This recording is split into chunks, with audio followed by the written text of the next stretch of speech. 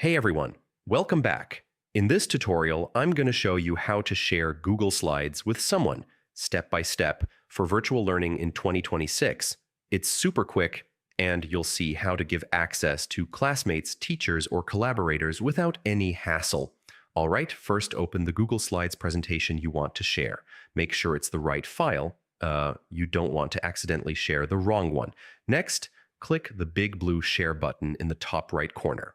This opens the sharing options where you can control who sees or edits your slides.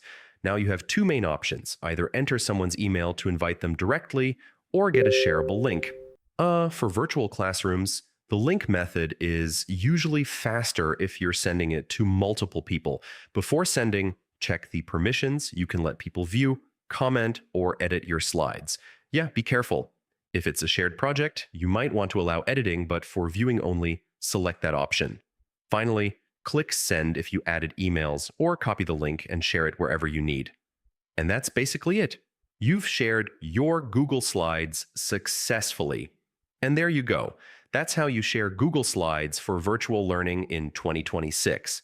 It's easy, safe, and super convenient for collaborating online.